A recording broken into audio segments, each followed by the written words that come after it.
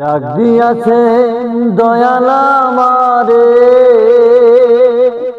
রইব না আর বেশি দিন তোদের মাঝারে। হাইরে ডাক দিয়াছেন দয়াল আমারে, রইব না আর বেশি দিন তোদের মাঝারে। ও আমি চলতে পথে দুদিন থামিলাম, যাইবার কালে একজন আরো দেখা না পাইলাম, আমি দেখা না পাইলাম। ও আমার সঙ্গের সাথী,